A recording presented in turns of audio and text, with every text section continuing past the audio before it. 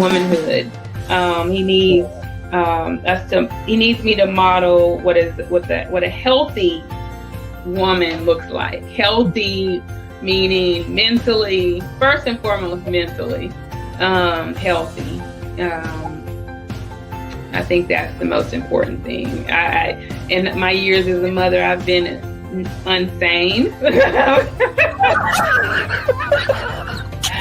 The early years.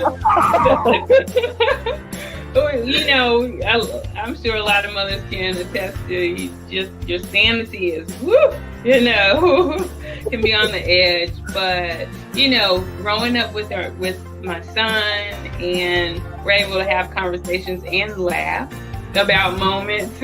Those moments, I you know, one of the things Dad said was, you know, I was really kind of nervous about this interview because, you know, you're checking yourself as a mother thinking, what have you done? And my husband's like, relax. And when I did relax, he's like, and I thought about all the things I could say. What could I say about my relationship with my son? After I've done that, I, you know, was able to call my husband back and said, now I can just think about what I look like, what I'm going to wear, what I'm going to put on. He was like, and that's what being a woman is. Though you should have the opportunity to relax, enjoy yourself, laugh. You know, I've had situations with learners who have children, and you know, I set an expectation. When you go to work, you have to find childcare. When you have to go to class, you got to find childcare. However, we're not going to create barriers either. So one time I had a student preparing for a test, and she had her little son in there with us. And I know we're talking about males, but it's all relevant because we have single Black fathers too, younger, trying to get their education.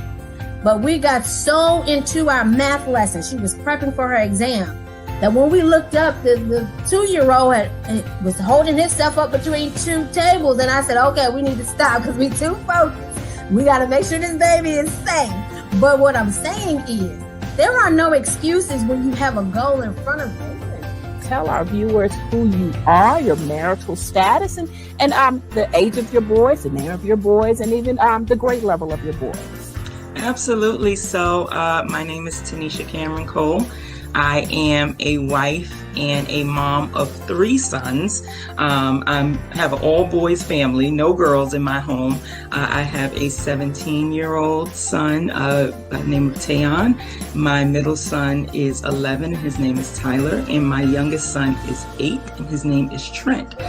So my husband and I have been, you know, at this for 17 years now, and it just feels like, oh my goodness, the time has just kind of flown by. It's just amazing. Awesome. So 3 of them. 3 boys, no girls. I'm the only female in my home, including the dog. The dog is nasty. What a privilege and an honor for you.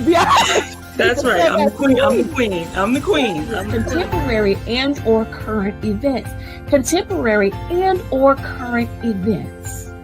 So in the Black church, our manual or the thing that we're following or our textbook is the Bible. And so what's been very intriguing to me is how a minister or a pastor can actually take information within the Bible and make it applicable to my life in 2021.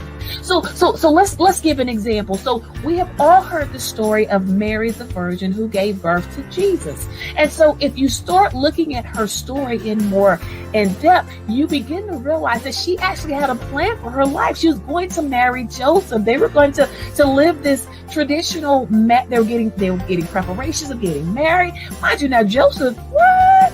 I mean, he's in the lineage of David. And so, you know, he's not poor. Let me say it again. He's not poor. And so Mary is now betrothed to be married to Joseph. And then all of a sudden she meets an angel. And as a result of that, she has to make a decision because now the Heavenly Father has chosen her and has said pretty much, I want to disrupt, or I want to interrupt the plan that you originally had for your life. Will you allow me to do that? And Mary could have said, you know what, I'm good.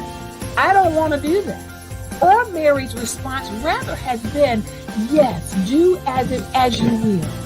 And so if I apply that to 2021, when I have been provided with an opportunity or a situation happens in my life, do I throw a temper tantrum and say things like, I'm not going to do it? No. Or do I have the same response that Mary had, which is do unto me according to your word and according to your will? Yes, I choose to say yes to this. And if you notice, 2,000 years later, we're still talking about Mary.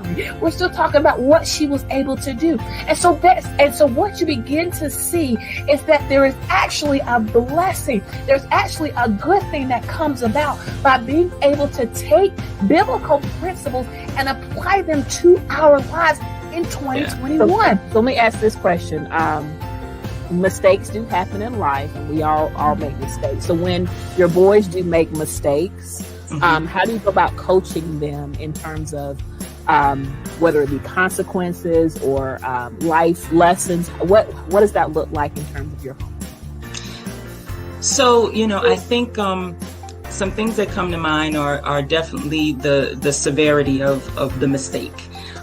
So that severity then leads to, a conversation with me and my husband in terms of what the consequence needs to be for their mistake.